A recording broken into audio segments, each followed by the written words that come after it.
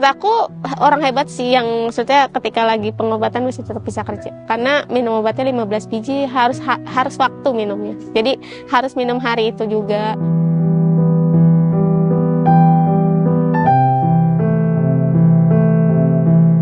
Halo, perkenalkan nama aku Tasya Apriliana Rahman. Aku survivor TB RO Indonesia.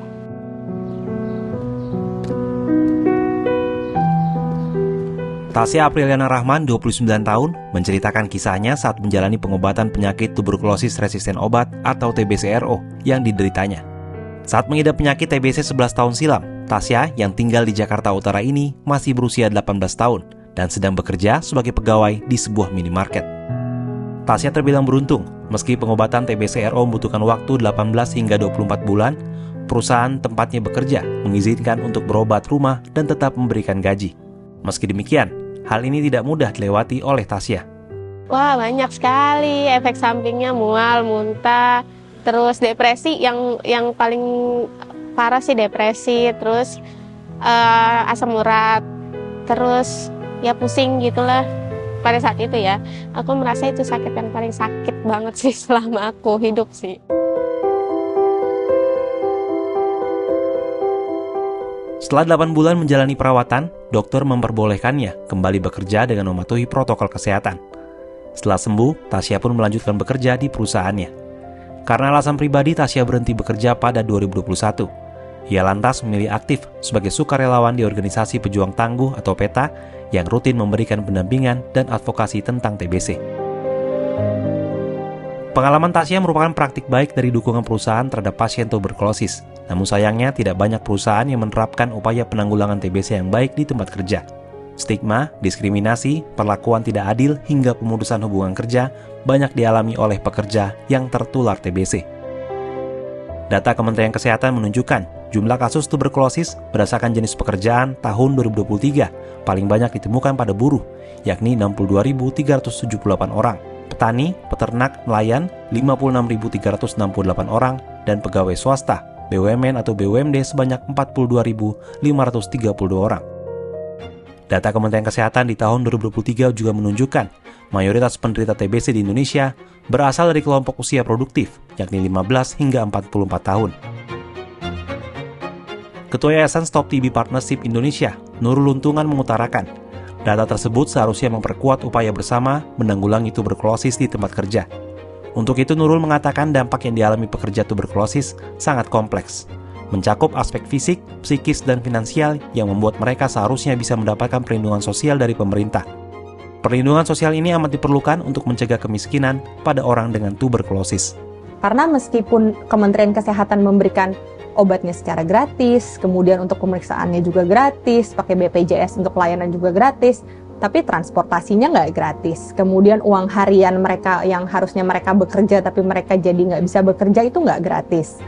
Belum kalau mereka itu adalah tulang punggung dari keluarganya. Kewajiban bagi perusahaan untuk mendukung pekerja dengan tuberkulosis sebenarnya sudah diatur dalam Peraturan Kementerian Ketenagakerjaan Nomor 13 Tahun 2022 tentang penanggulangan tuberkulosis di tempat kerja. Aturan itu mengatur antara lain kewajiban tempat kerja untuk menyusun kebijakan penanggulangan tuberkulosis di tempat kerja, melakukan pemeriksaan kesehatan berkala terkait tuberkulosis, serta mendukung pengobatan pekerja hingga tuntas. Perusahaan juga diminta memberikan waktu istirahat sakit setidaknya 2 minggu pada tahap awal pengobatan. Selama masa pengobatan, pemberi kerja tak boleh memberhentikan pekerja dengan tuberkulosis secara sepihak atas kondisi sakit yang dialaminya. Hak-hak mendapatkan gaji harus dipastikan pula selama proses pengobatan berlangsung. Meski sudah ada aturan, Ketua Organisasi Pejuang Tangguh atau PETA yang aktif mendampingi pasien TBC Jumayanti menyebut masih banyak perusahaan yang tidak menjalankan aturan tersebut. Akibatnya banyak pengidap TBC yang berhenti bekerja ataupun terkena PHK dari tempatnya bekerja. Sebenarnya perusahaan harus punya ya Mas ya untuk SOP, karena pertama pekerja itu kan dilindungi juga haknya juga ya, dalam artian ya perusahaan juga harus menanggung ketika suatu hari suatu masa itu pasti pekerjanya tersebut sakit, itu bisa dilakukan pengobatan, maksudnya didukung gitu loh, bukan justru malah dari PHK secara sepihak gitu. Diberi kesempatan untuk berobat sampai sembuh dan tetap bisa melanjutkan bekerja. Pelaksana tugas Dirjen Pencegahan Pengendalian Penyakit Menular Kemenkes Anas Ma'ruf menyebut, salah satu upaya menangani TBC tertuang dalam Peraturan Menteri Kesehatan Nomor 67 Tahun 2013 tentang penanggulangan tuberkulosis dan Peraturan Kementerian Ketenagakerjaan Nomor 13 Tahun 2022 tentang penanggulangan tuberkulosis di tempat kerja. Anas mengakui sejak aturan itu diterapkan, masih banyak perusahaan yang belum menjalankan aturan tersebut. Tugas kita bersama ya antara Kementerian Kesehatan, Kemenaker, juga pihak lain, termasuk organisasi profesi, kelompok-kelompok sukarelawan yang punya perhatian terhadap penderita TB ini, memberikan sosialisasi yang maksimal, yang optimal, yang luas lah kepada perusahaan.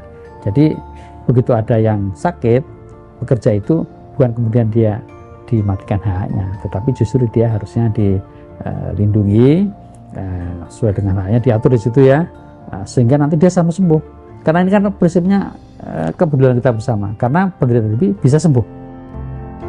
Kesadaran akan pentingnya penanganan tuberkulosis harus dimiliki semua pihak.